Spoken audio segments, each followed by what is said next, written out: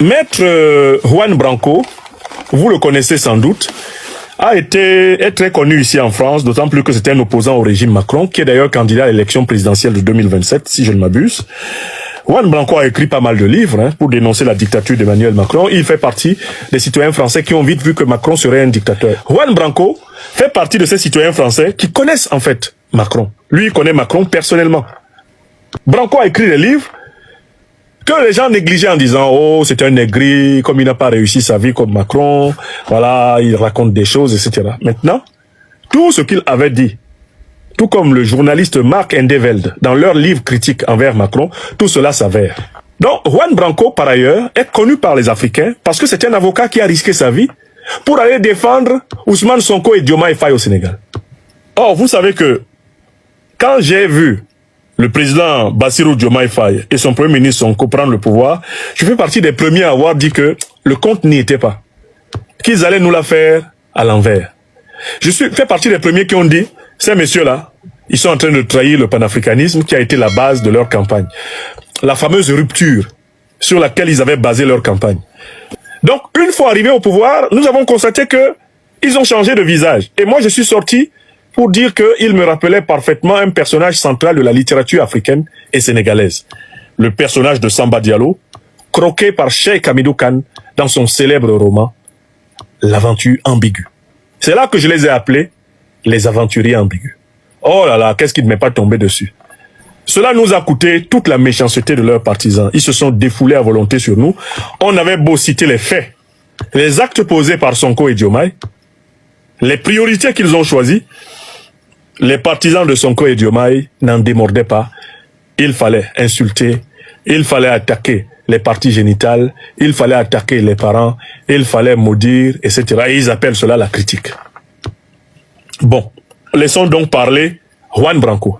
Juan Branco, l'avocat d'Ousmane Sonko et de Diomaye Faye, qu'est-ce qu'il nous dit? J'ai noté 3 choses importantes. Premièrement, qu'il est déçu de l'attitude que Diomaye et Sonko ont adoptée une fois arrivés au pouvoir. Ils sont restés dans le larbirisme néocolonialiste envers la France. Il donne un fait. Le président du Sénégal qui se fait recevoir en France dans un petit bureau au ministère des Affaires étrangères. Le président sénégalais qui se fait recevoir, non, même pas par un premier ministre, même pas par un ministre, mais par un conseiller diplomatique. Dans un minuscule bureau insignifiant, connu par Juan Branco qui y a travaillé avant. Il a été choqué du manque de respect que les nouveaux dirigeants sénégalais ont pour eux-mêmes. De 2, il a été choqué par la facilité avec laquelle ceux-là même qui avaient souffert de l'alliance Macron-Macky Sall se sont affichés à la première occasion avec Macron. La vitesse avec laquelle Diomaye Faye a couru à Paris a choqué le français Juan Branco, avocat de Diomaye et de Sonko. Lui-même était dépassé. Quelle nécessité y avait-il pour lui de venir faire allégeance, de venir montrer patte blanche après les enfers qu'ils avaient traversés? Mais il y a un troisième fait. Vous avez écouté Juan Branco, il dit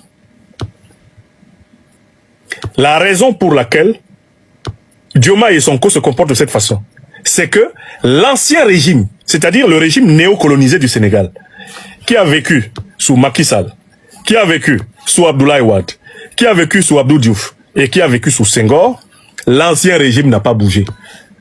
Il continue de contrôler l'essentiel des manettes du pays.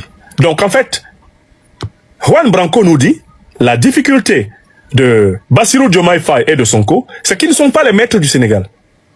Voilà les 3 informations qu'il nous donne. Maintenant que c'est sorti de la bouche, de l'avocat personnel d'Ousmane Sonko et de Diomaye Faye, je vous pose la question. Lui qui est leur avocat personnel, est-ce qu'il vous a appris quelque chose que je ne vous avais pas dit? Le diagnostic que j'avais posé sur le revirement de Diomaye et de Sonko est confirmé par leur avocat personnel. Alors, les individus qui viennent là sur la page essayer de m'insulter, essayer de me diffamer, de m'attaquer ad hominem, ça change quoi par rapport au constat?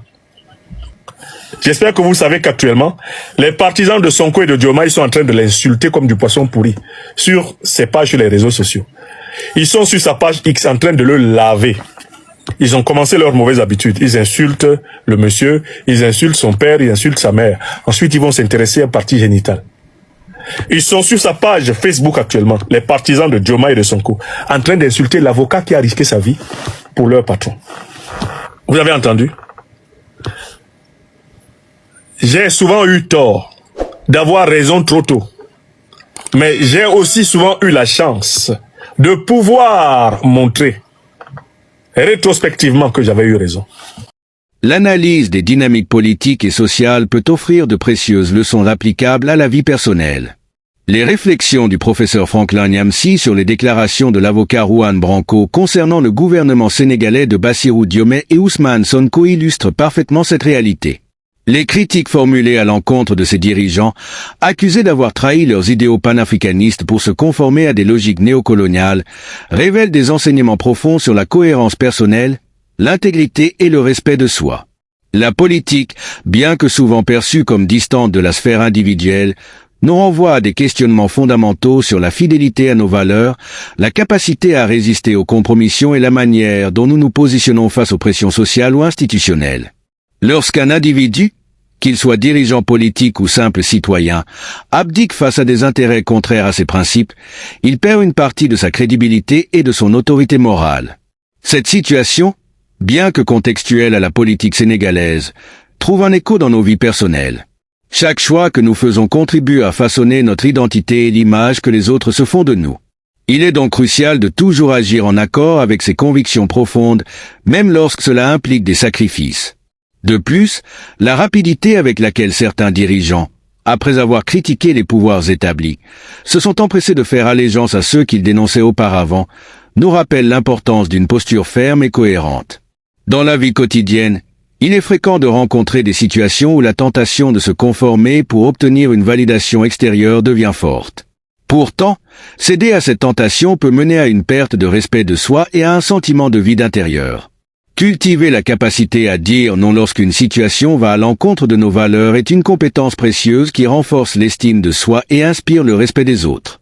Par ailleurs, l'attitude des partisans de ces dirigeants, qui, face à la critique, ont choisi l'insulte et la diffamation plutôt qu'un débat argumenté, met en lumière un autre aspect crucial, la gestion des conflits et des désaccords. Dans une société de plus en plus polarisée, savoir écouter des points de vue divergents sans sombrer dans l'agressivité est une qualité rare mais essentielle. Cette capacité permet non seulement de préserver des relations harmonieuses, mais aussi de favoriser une meilleure compréhension des enjeux en jeu. Sur le plan personnel, cela signifie apprendre à communiquer de manière assertive, sans attaquer l'autre, même lorsque nous sommes en désaccord. De plus, l'exemple de Juan Branco, qui a risqué sa vie pour défendre des idéaux et des personnes qu'il estimait justes, souligne l'importance du courage et de la persévérance.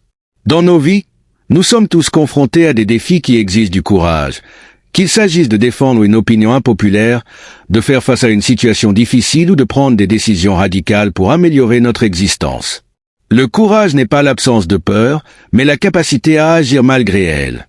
Apprendre à cultiver cette vertu permet de surmonter les obstacles avec une plus grande résilience.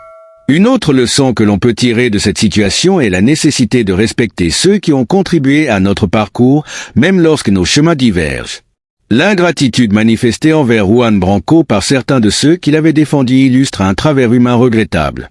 Dans notre quotidien, il est essentiel de reconnaître et de remercier ceux qui nous ont soutenus, car aucune réussite n'est totalement individuelle. La gratitude renforce les liens sociaux et contribue à un sentiment de satisfaction personnelle. Par ailleurs, le constat selon lequel les anciennes structures de pouvoir continuent de contrôler les leviers essentiels du Sénégal malgré un changement apparent de dirigeants nous rappelle que le changement véritable nécessite une transformation en profondeur. Cette réalité est transposable à nos vies personnelles. Pour opérer un véritable changement, il ne suffit pas de modifier des éléments de surface. Il faut avoir le courage d'affronter les causes profondes de nos difficultés et de mettre en place des solutions durables. Enfin, la capacité à reconnaître ses erreurs et à en tirer des leçons est une autre qualité essentielle pour améliorer sa qualité de vie. Les dirigeants critiqués auraient gagné à faire preuve d'humilité en admettant leurs déviations par rapport aux promesses initiales. Dans la vie personnelle, savoir reconnaître ses erreurs sans se flageller permet de grandir et de mieux naviguer à travers les défis futurs. Une attitude défensive face à la critique empêche toute évolution. Accepter la critique constructive et chercher à s'améliorer constamment sont des clés essentielles pour une existence épanouissante. L'analyse critique des événements politiques, même éloignés géographiquement, peut ainsi offrir des leçons universelles. Ces leçons nous rappellent l'importance de la cohérence, du courage, de la gratitude, de l'humilité et du respect des autres. Cultiver ces qualités permet non seulement d'améliorer sa propre vie, mais aussi d'avoir une influence positive sur ceux qui nous entourent. Dans un monde en constante évolution, où les repères semblent parfois flous, s'ancrer dans des valeurs fortes et des principes solides constitue une boussole précieuse pour naviguer avec succès à travers les défis de l'existence.